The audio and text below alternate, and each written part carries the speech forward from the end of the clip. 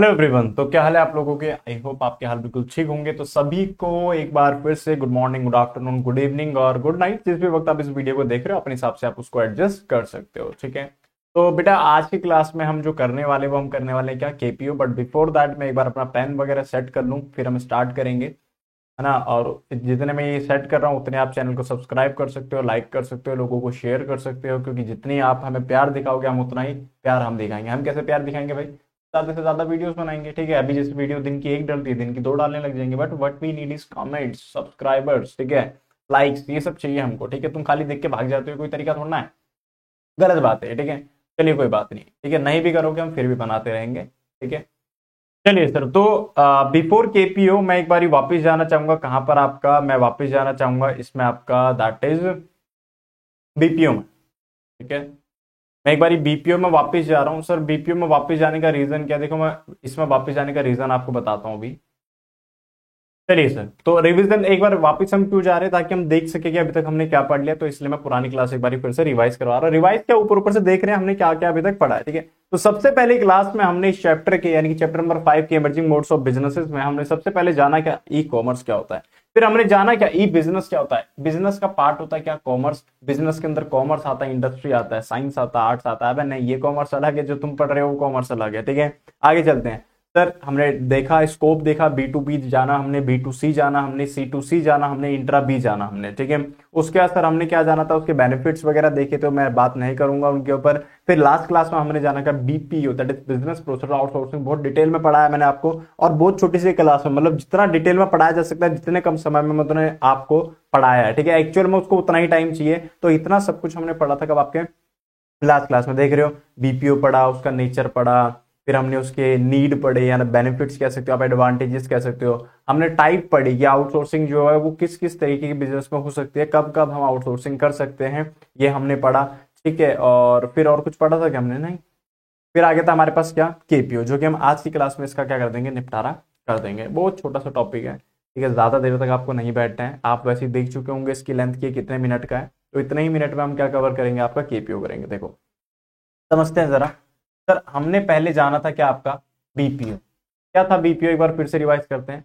Business process outsourcing, यानी कि sir जब हम बिजनेस के किसी प्रोसेस को आउटसोर्स करते हैं, जब हम बिजनेस के किसी प्रोसेस को क्या करते हैं सर, आउटसोर्स करते हैं, आउटसोर्स करते हैं, तो उसको हमने क्या बोला था सर आपका, उसको हमने क्या बोला था सर आपका बीपीओ। उसको हमने क्या बोला था आपका बीपीओ, यानी कि बिजनेस प्रोसेस आउटसोर्सिंग। मैंने अपने किसी प्रोसेस को क्या करा, आउटसोर्स, यानी कि मैं किसी और से क्या कर रहा हूं, उसकी सर्विसेज ले रहा हूं, उसको हमने क्या बोला था, बीपीओ बोला था। आज मैंने देखो बीपीओ का नाम क्या था, बीपीओ, बिजनेस प्रोसेस आउटसोर्सिंग। आज मैं क्या कर रहा हूं, आज हमारे पास जो नाम लिखा हुआ दैट इज के पी ओ, यानी कि के से क्या है यहाँ पर, बी से था यहाँ पर क्या, बिजनेस। के से है यहाँ पर क्या, नॉलेज। ऊपर हम कर रहे थे बिजनेस के प्रोसेस को आउटसोर्स, आज हम कर रहे हैं नॉलेज को आउटसोर्स। नॉलेज को आउटसोर्स, हाँ भाई, ऐसे कैसे हो सकता है? बिल्कुल हो सकता है, समझो जरा, देखते हैं जरा, पढ़ते हैं, आपको समझ आ जाएगा। कहते हैं KPO refers to obtaining high end knowledge work from and outside the organisation in order to run the business successful and in cost effective manner, ठीक है। It occupies the higher end of BPO. Unlike conventional BPO where the focus is on process expertise, in KPO the focus is on knowledge expertise. अच्छा, in BPO there is a predefined way to solve a problem, but in KPO there is no predefined process to reach a conclusion. Rather, it KPO is developed himself by the person concerned.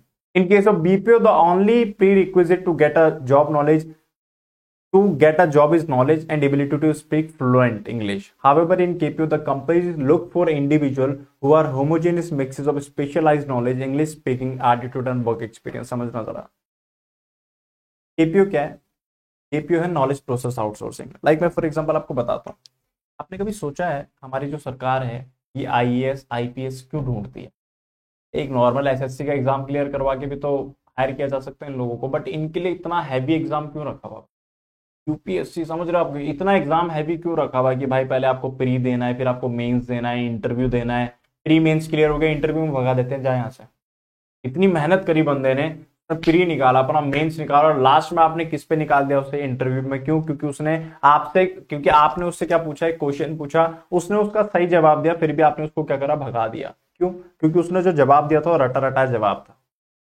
कहने का मतलब क्या है sir, knowledge processing के अंदर अंदर हम क्या करते हैं, हम ऐसे बंदे को ढूंढते हैं जिसको संपूर्ण ज्ञान हो किसी चीज का। यानी कि संपूर्ण ज्ञान मतलब थ्योरेटिकल नॉलेज की बात नहीं कर रहा मैं। लाइक आप लोग अभी पास हो जाओगे, 11th वाले बच्चे यही करते हैं जो भी पढ़ रहा है, ठीक है, 11th का टॉपिक है, क्योंकि जो भी आप पढ़ रहे हो, आप लोग क्या कर रहे हो, आप पढ़ रहे हो इसको पास होने के लिए। कई बच्चे इसको एग्जाम से पहले पढ़ रहे होंगे आज, है ना। आप क्यों पढ़ रहे हो? क्योंकि कल आपका एग्जाम है, ठीक है। बट इसी चीज को अगर आप नॉलेज के लिए पढ़ो कि हाँ भी मेरे को इसका क्या चाहिए, नॉलेज चाहिए, तो आपको कल को company as a KPO person hire कर सकती है। कहने का मतलब क्या है सर, नॉलेज के अंदर सिर्फ थ्योरेटिकली आप रट के गए हो वो चीज नहीं देखा जाता, आप उसको प्रैक्टिकली अप्लाई भी कर सकते हो कि नहीं, वो देखा जाता है। यहां पर सिर्फ आपका कम्युनिकेशन नहीं देखा जाएगा, कम्युनिकेशन के साथ साथ 100 चीजें देखी जाएगी। यहां पर सिर्फ ये नहीं देखा जाएगा कि जिस चीज के लिए आपको हायर कर रहे हैं आपको वही चीज आती है कि वो चीज आती है कि नहीं, आपको उसके सिवा भी 100 चीजें पूछी जाएंगी। भाई ये आता है क्या, कैलकुलेशन करता है क्या, तेरी जनरल एबिलिटी कैसी है, तेरा आईक्यू कैसा है, ये सारी बातें जानी जाती है किसके अंदर, केपीओ के अंदर। समझ रहे हो? तो एक बार फिर से पढ़ते हैं, क्या कहता है, KPO refers to obtaining high end knowledge work from and outside the organisation. Like समझो जरा, मेरे को ऐड चलवाने हैं गूगल पे, तो भैया मैं कैसे बंदे को हायर करूंगा, कैसे बंदे को हायर करूंगा, ऐसे बंदे को जिसको ऐड चलाने का क्या अवसर, संपूर्ण ज्ञान हो।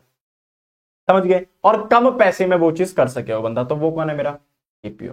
ठीक है, आगे चलते हैं। अब जैसे समझो जरा भाई, फॉर एग्जांपल मेरे को अभी आपके लिए टेस्ट बनवाने हैं, ठीक है। तो टेस्ट बनवाने के लिए क्या होगा सर, मैं क्या करूंगा, जनरली टेस्ट बनवाने के लिए मैं क्या कर सकता हूँ, किसी बंदे को क्या करूंगा, एक बुक दे दूंगा आपकी, ठीक है, और उसको बोलूंगा टेस्ट बना दे, वो क्या करेगा, वहां से क्वेश्चन छाप के डाल देगा। अब मैं उसे बोलते इसके आंसर फ्रेम कर, क्या वो कर पाएगा? नहीं, क्योंकि उसको बिजनेस स्टडीज आता ही नहीं है, उसका तो सिर्फ टाइपिंग का काम है।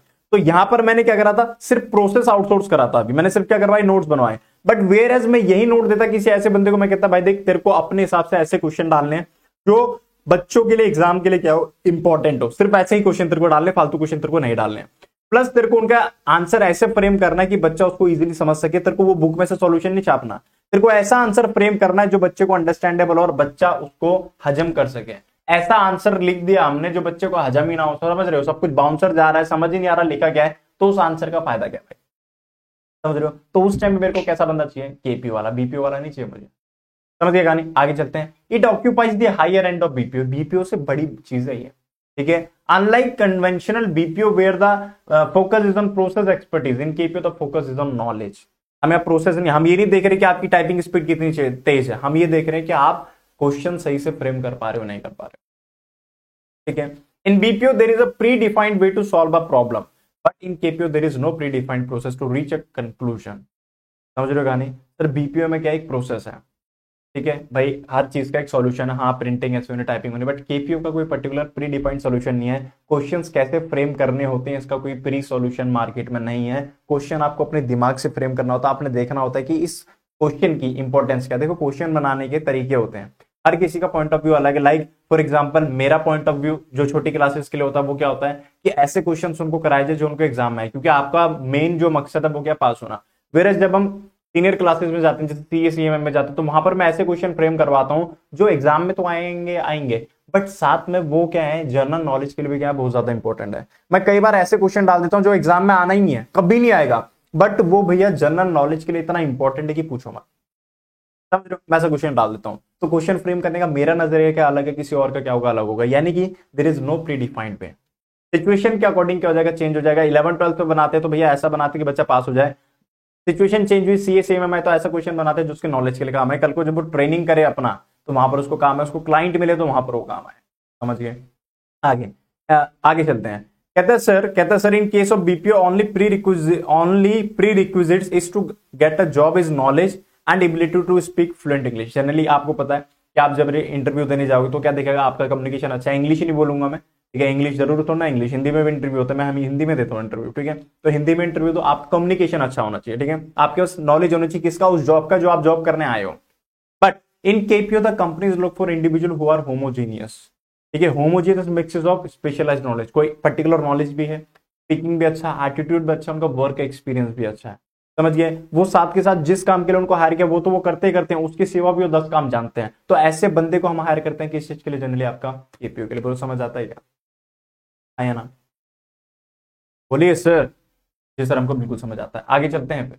नीड ऑफ केपीओ, जरूरत क्या है sir? In today's competitive environment focus to concentrate on core specialisation areas and outsources the rest of activities. आप समझो जरा, many companies have come to realize that by outsourcing the non-core activity, not only costs are minimized and the efficiency improved, but the total business improves because the focus shift to the key growth area of business activity। समझो जरा, मैंने ऐसा बंदा higher करा जो proper, जिसको question framing का ज्ञान है, ठीक है, एक्सपर्टीज है उसमें, वो टाइप भी कर लेता है, वो क्या कहते हैं आपका फॉर्मेटिंग्स भी कर लेता है, वो क्वेश्चन भी फ्रेम कर लेता है। आप समझो जरा, जब ये काम मैं उसको दे दूंगा तो बताओ मैं पढ़ाने पे फोकस कर पाऊंगा कि नहीं? ये फोकस कर पाऊंगा कि आपके नोट्स में क्या और एड ऑन होना चाहिए, क्या इसमें से डिलीशन होना चाहिए। समझ रहे हो? मैं ज्यादा टाइम दे पाऊंगा किसमें, क्लासेस रिकॉर्ड करने में। मानते हो कि नहीं? तो ये जरूरत है किसके लिए? कॉस्ट को रिड्यूस करने के लिए और फोकस को बढ़ाने के लिए। यस और नो? यस और नो? ठीक है, ये आप पढ़ लेना, not for the exam purpose, बस आपका मन करे तो रीड कर सकते हो, अदरवाइज आप इसको छोड़ सकते हो। इंडिया में केपीओ सेक्टर कैसा है उसके बारे में डिस्कशन किया हुआ। ठीक है, देखो मात्र 10 मिनट की वीडियो है। ठीक है, 10 मिनट के अंदर आपको पता चल गया क्या कि भैया केपीओ क्या है। ठीक है, तो ऐसे ही वीडियोस देखने के लिए, जल्द मतलब कम समय में ज्यादा कोर्स कवर करने के लिए आप हमारे चैनल को सब्सक्राइब कीजिए, लाइक कीजिए और लोगों के साथ शेयर कीजिए, क्योंकि सिर्फ आपको पास नहीं होना, आपके साथी को भी पास होना। जब वो पास होगा तो आप दोनों 12th में साथ में एक साथ बैठ पाओगे, नहीं तो भैया वो नीचे रह जाएगा, आप ऊपर चले जाओ। ठीक है, मिलते हैं आपसे अगली क्लास में, तब तक के लिए tata, see you, bye bye, keep revising, keep learning.